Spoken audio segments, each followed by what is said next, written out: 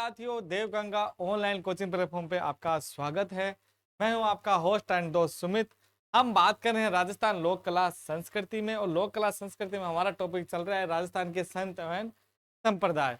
हम आगे बात करते हैं। हमने दादू दयाल जी के बारे में बात की, हमने रजब जी के बारे में बात करी। अब हम बात करते हैं सुंदरदास जी के बारे में। किसके बारे में? सुंदरदास जी के बारे में। यहाँ पे हम लिखे हैं सुंदरदास जी। ठीक है, सुनना जरा। सुंदरदास जी नागा पंथ की स्थापना करते हैं। सुंदरदास जी किसकी स्थापना करते हैं? नागा पंथ की स्थापना करते हैं। नागा पंथ के जो स्थान होता है जहाँ पे वो रहते हैं, या नागा साधु जहाँ रहते हैं, उस स्थान को छावनी कहते हैं। क्या कहते हैं? छावनी कहते हैं। और ये अपने साथ हथियार रखते हैं। क्या रखते हैं? हथियार रखते हैं। प्लस इवन इन्होंने मराठा आक्रमण के समय जयपुर के राजा प्रताप सिंह की क्या करते हैं? मदद करते हैं। क्या करते हैं? मदद करते हैं। सुंदरदास जी की अगर हम बातें समाधि पूछें तो कहाँ है? गोटेलाव दौसा के अंदर है। सुंदरदास जी की अगर समाधि की बात करें तो गोटेलाव दौसा के अंदर है। हम बात करें सुंदरदास जी तो क्या लिखा सुंदरदास जी के बारे में? हम लिखते हैं इन्होंने नागा पंथ की स्थापना की। ठीक है,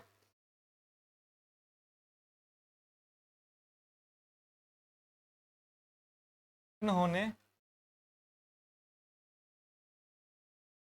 नागा शाखा या पंथ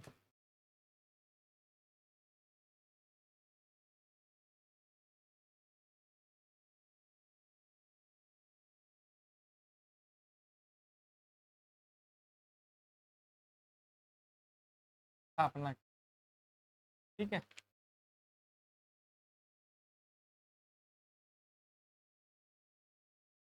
लिखो। नागा साधु मराठा आक्रमण के समय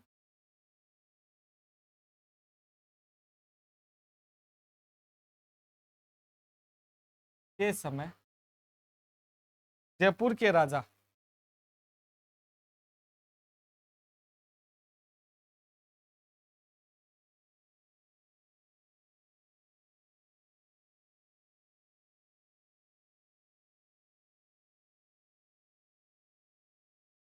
प्रताप सिंह की मदद की।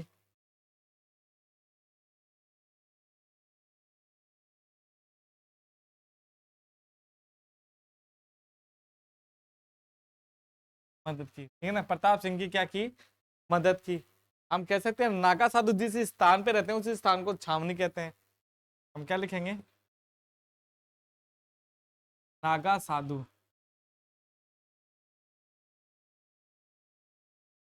जिस स्थान पर रहते हैं उस स्थान को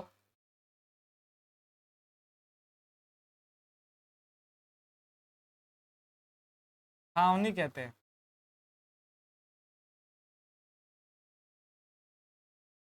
उस स्थान को क्या कहते हैं? छावनी कहते हैं। नागा साधु अपने साथ हथियार रखते हैं। ये भी लिख लो। नागा साधु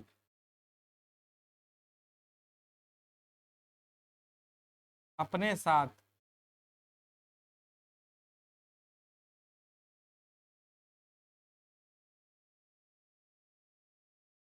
हथियार,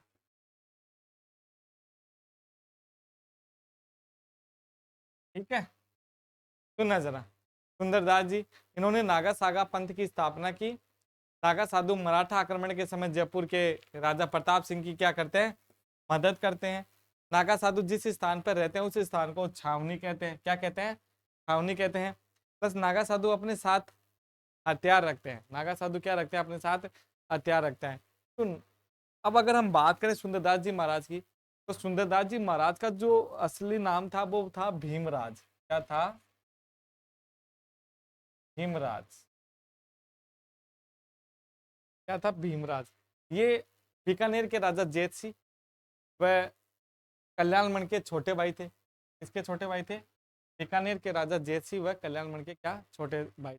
हम बात करें, अगर मैं बात करूं कि इवन जेत सिंह और मालदेव के बीच जब युद्ध होता है तो इनके बड़े भाई कल्याणमण व भीमराज हरियाणा मतलब सिरसा एक जगह वहां पर होते हैं। तो वहां से युद्ध करने के लिए निकलते तो भीमराज बोलते हैं कि मालदेव के खिलाफ युद्ध लड़ना है तो हमें किसी बड़े राजा का क्या चाहिए, साथ चाहिए। क्या चाहिए? साथ चाहिए। इवन फिर वो जाते हैं कहाँ पे, दिल्ली, जहाँ पर कौन बैठा रहता है, शेरशाह सूरी। दिल्ली शेरशाह सूरी के पास जाते हैं और शेरशाह सूरी से निवेदन करते हैं कि हम बीकानेर ले लेते हैं और आप जोधपुर ले लेना, मतलब मालदेव के खिलाफ युद्ध लड़ना है, आप जोधपुर पे राज कर लेना, हमें हमारा राज्य चाहिए बीकानेर। इसी बीच में विरम देव भी आ जाता है। विरम देव भी बोलता है कि मुझे मेरा मेड़ता चाहिए। इवन अगर हम बात करते हैं तो गिरी सिमल का जब युद्ध होता है शेरशाह सूरी का, तो उन शेरशाह सूरी को राज्य करने में भीमराज का अत्यधिक हाथ था।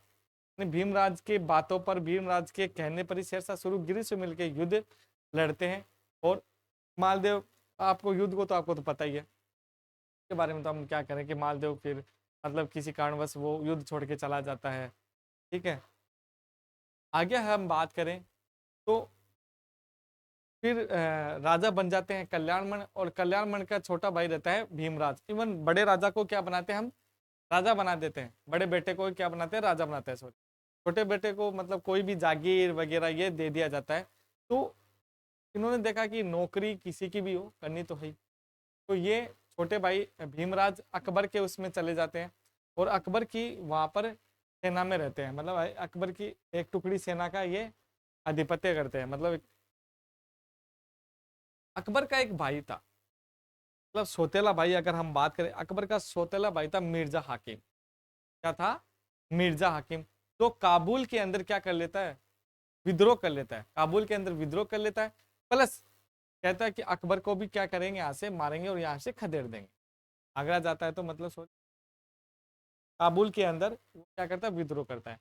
तो अकबर ने भीमराज को,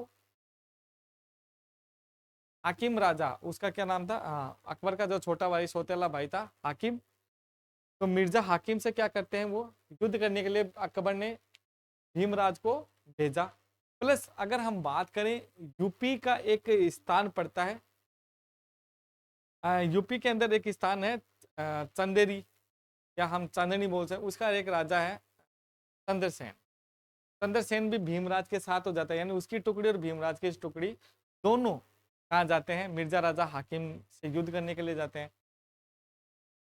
मिर्जा से युद्ध करने, मिर्जा हाकिम से क्या करते हैं, युद्ध करते हैं। और उस युद्ध के दौरान मिर्जा हाकिम, मतलब वो युद्ध जीत जाते हैं, भीमराज और चंद्रसेन अगर दोनों युद्ध जीत जाते हैं। युद्ध जीतने के बाद भीमराज क्या होता है, अत्यधिक घायल हो जाते हैं, और भीमराज घायल होने पर उस वहीं पे मतलब कहते हैं घायल सैनिक वहीं पे गिर जाता है या फिर वहीं पे बैठ जाते हैं। भीमराज से जो होते हैं वो अपने सैनिकों को नहीं मिलते हैं, तो सैनिकों ने सोचा कि शायद भीमराज की मृत्यु हो गई हो और शायद उनकी सेना हमारे भीमराज को ले गई हो, तो ऐसा होता है। तो भीमराज की जो सेना थी वो बीकानेर चली जाती है, और बीकानेर जाकर वो क्या करती है, उनको उनकी मृत्यु का समाचार देती है। यह मृत्यु का समाचार पाकर भीमराज की जो पत्नी होती है वह सती हो जाती है। क्या हो जाती है? सती हो जाती है। प्लस अगर सती हो जाती है, भीमराज के जो पुरोहित होते हैं, इनके जो परिवार के पुरोहित होते हैं प्रहलाद जी, वो गंगा जी आते हैं, मतलब उनका खर्च वर्च 12 कर करा के गंगा जी आते हैं अस्थियों को विसर्जन करने के लिए। तो इससे में इस बीच दौरान क्या होता है, भीमराज जी जो होते हैं, जो राजा यूपी के थे चंद्रसेन, उनके शिविर के अंदर अपना इलाज यापन करवाते हैं, और वहां से फिर वो वहां चले जाते हैं अकबर के पास। और अकबर के पास कहते हैं कि मेरी जो सेना है वो चली, हम युद्ध जीत जाते हैं, और प्लस मेरी जो सेना है वो चली गई कहाँ पे, बीकानेर, और मैं भी बीकानेर जाने के लिए आपसे निवेदन करता हूँ, यानी मुझे भी भेजिए। तो वो कहता है ठीक है आप जाइए। तो वो बीच में रुक जाते हैं मथुरा नाम की जगह पर। कहाँ पर रुकते हैं? मथुरा। मथुरा आराम करते हैं। इसी बीच इनका मुलाकात होती है इनके पुरोहित से, और पुरोहित का क्या नाम था, प्रहलाद दास। प्रहलाद दास से मुलाकात होती है, तो भीमराज पूछते हैं यार प्रहलाद दास तू यहाँ पर क्या, तो प्रहलाद दास भी अचंभित हो जाते हैं, चौंक जाते हैं। फिर भीमराज तू तू क्या कर रहा है यहाँ पे, तो बोला कि भाई मैं तो क्या कर रहा हूँ, मैं तो अब बीकानेर जा रहा हूँ। लेकिन बोलो पहला, बोले यार मैं, हमें तो लगा तू मर गया, हम तो तेरे लड्डू खा लिए। भाई तेरा 12 होगा, और जो आपकी जो रानी सा थी वो सती हो गई। तभी भीमराज का मन में क्या होता है, एक वैराग्य जान जाता है, और वैराग्य जाने को बोले इस संसार के अंदर ऐसी मोह माया है, संसार में मुझे अब इस मोह माया के अंदर नहीं पड़ना है। और उस वैराग्य के उत्पन्न होते प्रहलाद जी के मन में भी एक वैराग्य है कि हमने जीते जी व्यक्ति का एक क्या कर दिया, 12 दिन पूरे कर लिए, खर्च कर दिया, और उसकी मतलब हम गंगा जी उनकी हस्तियां बहाने के लिए जा रहे हैं। इसी बीच प्रहलाद जी भी बोल देते हैं कि मुझे भी अभी से इस संसार के झमेले में नहीं पड़ना है, संसार के झमेले में नहीं पड़ना है। तो भीमराज बोला कि मैं तो अब जाऊंगा नहीं बीकानेर के अंदर, मैं मथुरा हूँ। तो प्रहलाद जी बोलते हैं कि मैं बीकानेर जाके आपके पास वापस आता हूँ, मथुरा ही वापस से आता हूँ। तो प्रहलाद दास जी जाते हैं बीकानेर और वहां पे उनको बताते हैं कि भाई भीमराज जीवित हैं और अब वो यहाँ पर नहीं आएंगे, उनके मन में वैराग्य जा चुका है, मैंने उनका चेहरा देखा है, अब वो वापस से नहीं आएंगे। और मैं भी वहीं पे जा रहा हूँ अपने परिवार से। प्रहलाद दास जी निवेदन करते हैं कि हमने बहुत हो गया, अब हम वहां पर निकलते हैं। अगर हम बात करें तो प्रहलाद दास जी और भीमराज जी फिर मथुरा में मिलते हैं, फिर वापस जाते हैं कि हमें अगर इस संसार की मोह माया से निकलना है तो हमें गुरु की तो आवश्यकता होगी। गुरु की क्या होगी? आवश्यकता होगी। तो फतेहपुर सीकरी के अंदर एक चतुरदास जी महाराज, फतेहपुर सीकरी के अंदर क्या है, चतुरदास जी महाराज होते हैं। तो भीमराज जी और प्रहलाद दास जी वहां पे जाते और बोलते हैं कि आप हमें शिष्य बना लीजिए। चतुरदास जी महाराज बोलते हैं कि भाई मैं आपको शिष्य नहीं बना सकता, आपको शिष्य बना सकते हैं दादू दयाल जी, यानी सांबर के अंदर दादू दयाल जी वो आपको क्या बना सकते हैं, शिष्य बना सकते।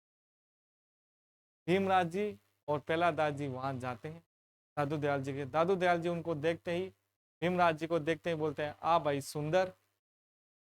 तो भीमराज जी बोलते हैं आज मेरा नाम सुंदर नहीं है, भीमराज है, और मैं बीकानेर के राजा कल्याणमल का छोटा भाई हूँ। मैं यहाँ पर वैराग्य धारण करने आया, मुझे संसार की मोह माया में पड़ना है। दादू दयाल जी कहते हैं कि भाई देख, वैराग्य मतलब तुम एक राजा के छोटे भाई हो, वैसे भी तुम एक विलासिता के जीवन जीते हो, तुमसे ये वैराग्य धारण नहीं होगा। उन्होंने कहा कि नहीं, तो हमने ठान लिया, सब कुछ ठान लिया है, और अब तो हम वैराग्य धारण करेंगे, वो माया में पड़ना ही नहीं है। तो बोलो ठान लिया। सुन दादूलाल जी बोलते हैं, बोलो अच्छा, तो आज से तेरा नाम भीमराज नहीं होगा, आज से तेरा नाम होगा सुंदरदास। मैंने आपको सुंदर बोला है, तो आप आज से क्या नाम होगा आपका? सुंदरदास। और उसी वक्त सुंदरदास जी या भीमराज जी बोलते हैं कि मुझे और ये जो वस्त्र हैं, तो उन्होंने कहा ये वस्त्र तो मैं धारण नहीं करूंगा, ये सिर्फ क्या बोलते हैं एक लंगोटी पहन लूंगा, कोई मेरे लिए ठीक, और प्लस 5 चीजें रखूंगा। कहते हैं ना, बोले मैं एक क्षत्रिय हूँ तो 5 मतलब हथियार जरूर रखूंगा। तो कटार रखते हैं, केस करपाण कटार कड़ा, ये अपने पास रखते हैं, ये 5 चीजें, और प्लस एक लंगोटी। और सुंदरदास जी महाराज वहां से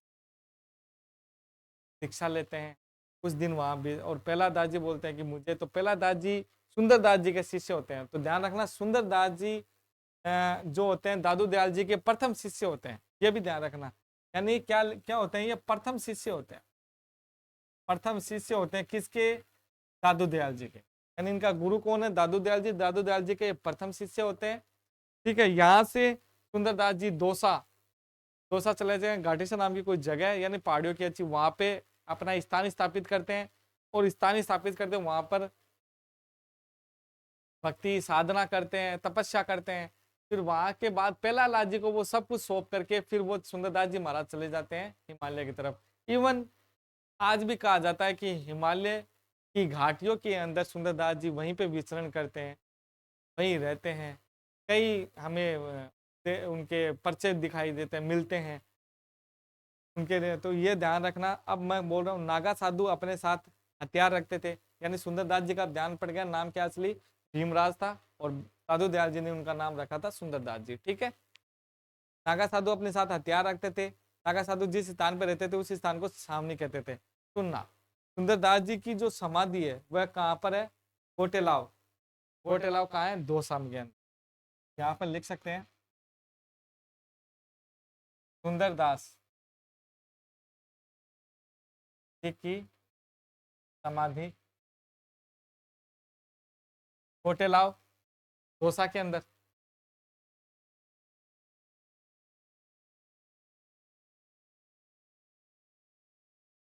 डोसा,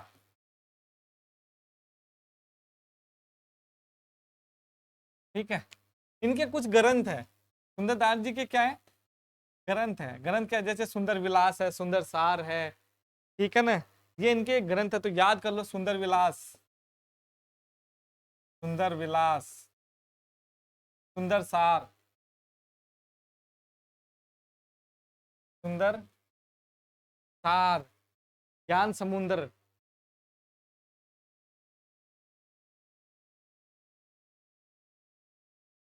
ज्ञान समुद्र है, राम जी अष्टक है, राम जी अष्टक है,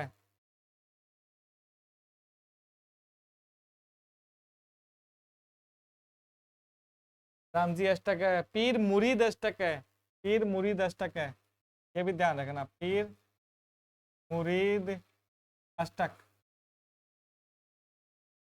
पीर मुरीद अष्टक है, सुंदर विलास है, सुंदर सार है, ज्ञान समुद्र है, पीर राम जी अष्टक है, पीर मुरीद अष्टक है, 12 अष्टक है, ये कई इनकी ग्रंथ है।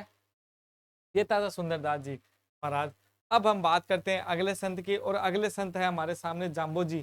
जाम्बो जी का जन्म कहाँ होता है, पिपासा नागौर के अंदर। अगले संत कौन से हमारे सामने, जाम्बो जी, सुनना कौन से, जाम्बो जी। इनका जन्म जो होता है वो पीपासर, और पीपासर जगह कौन कहाँ है, नागौर। और नागौर में पवार राजपूत परिवार में होता है, पवार राजपूत परिवार में इनका जन्म होता है। पवार राजपूत परिवार में, पवार राजपूत परिवार में इनका जन्म होता है। इनके पिता का नाम लोहट जी व हंस, माता का नाम हंसाबाई। पिता का नाम क्या है, लोहट जी, ठीक है। माता का नाम हंसाबाई।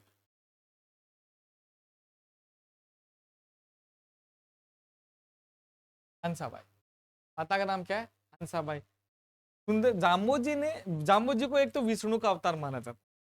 जाम्बो जी को क्या माना जाता है, विष्णु, विष्णु का अवतार माना जाता है।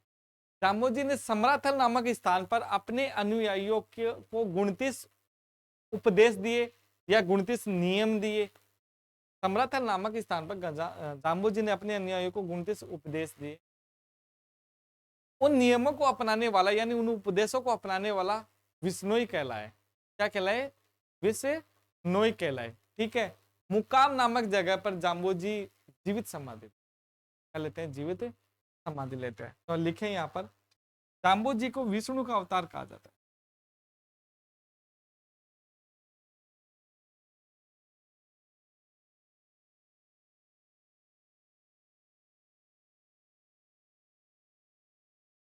जाम्बो जी को विष्णु का अवतार कहा जाता है।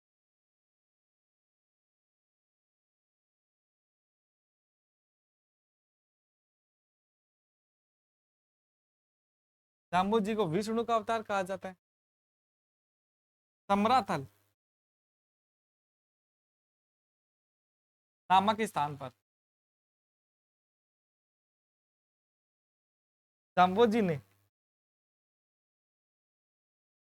और समराथल स्थान कहाँ है, बीकानेर में। कहाँ है, बीकानेर, ये भी लिख लो। जाम्बो जी ने, जाम्बो जी ने अपने अनुयायियों को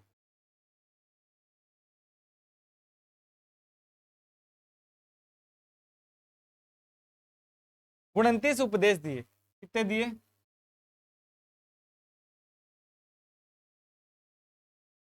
उपदेश बोल सकते हैं अपन, या नियम भी बोल सकते हैं। 29 क्या दिए, उपदेश दिए या नियम दिए, ठीक है, आगे बात करें।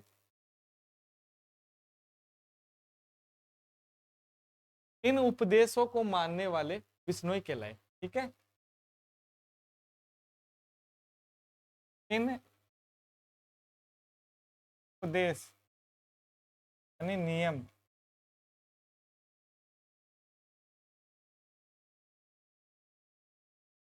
को मानने वाले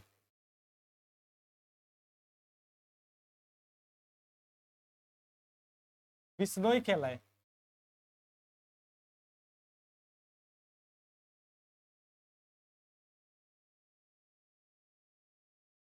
को मानने वाले क्या कहलाए? विष्णोई कहलाए। ठीक है, तो मैंने लिख दिया था क्या रामू जी को?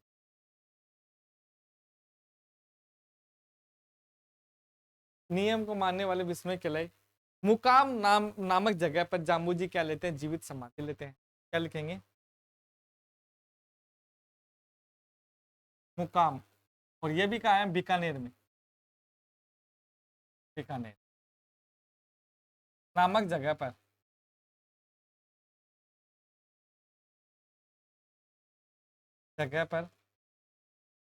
ठीक है, जाम्बू जी जीवित समाधि लेते हैं।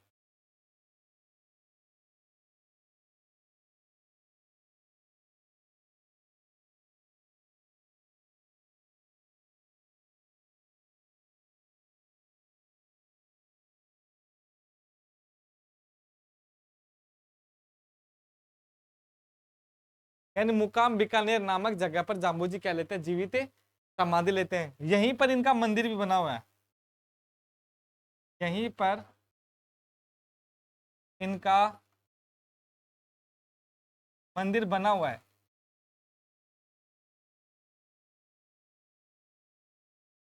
यहीं पर इनका क्या बना हुआ है? मंदिर बना हुआ है। तो ध्यान रखना, अगर हम बात करें फागुन अमावस्या, फागुन अमावस्या व अश्विन अमावस्या, आसोज की अमावस्या यानी अश्विन अमावस्या व फागुन अमावस्या को यहाँ पर क्या बढ़ता है? मेला बढ़ता है। तो हम लिख सकते हैं मेला।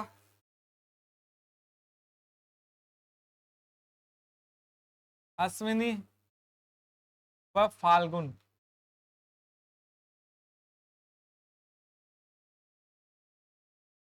फाल्गुन अमावस्या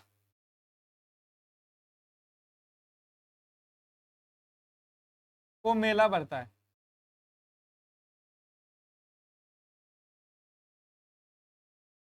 यानी मेला अश्विनी व फाल्गुन अमावस्या को, सॉरी, अमावस्या को मेला पड़ता है। ठीक है, लिख लिया।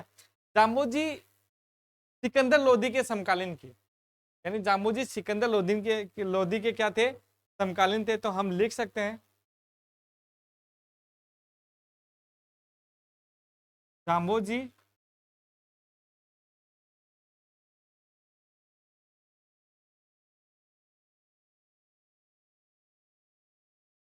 सिकंदर लोधी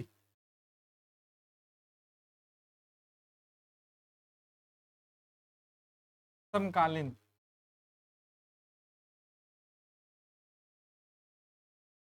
दिल्ली में सिकंदर लोधी का शासन था, ये ध्यान रखना। ठीक है ना, समकालीन थे। एक बार क्या होता है, अकाल पड़ता है, तो अकाल राहत में बीकानेर क्षेत्र के लिए काम्बोजी के कहने पर सिकंदर लोधी पशुओं के लिए चारा भेजते हैं। तो ये लिख सकते हैं अपन, अकाल राहत में, अकाल राहत में बीकानेर क्षेत्र में, बीकानेर क्षेत्र में काम्बोजी के कहने पर, कहने पर सिकंदर लोधी, सिकंदर लोधी क्या भेजते हैं? पशुओं के लिए चारा भेजते हैं।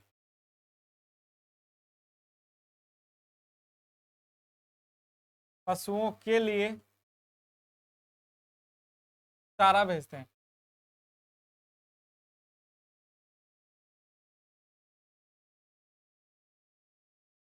ठीक है, इवन हम बात करें जोधपुर के राजा, अगर बीकानेर के बीका वो भी जाम्बोजी का क्या करते थे, सम्मान करते थे। क्या करते थे, सम्मान करते थे। तो लिख सकते हैं जोधपुर के राजा जोधा व बीकानेर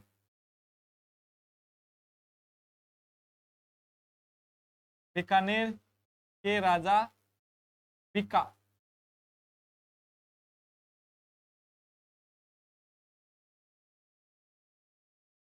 जाम्बोजी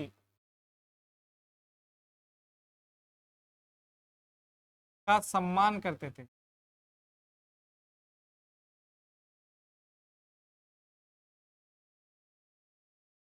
ठीक है, आगे अगर बात करूं, जाम्बोजी को वैज्ञानिक संत भी कहा गया है, क्योंकि प्रकृति के बारे में ज्यादा बताते थे कि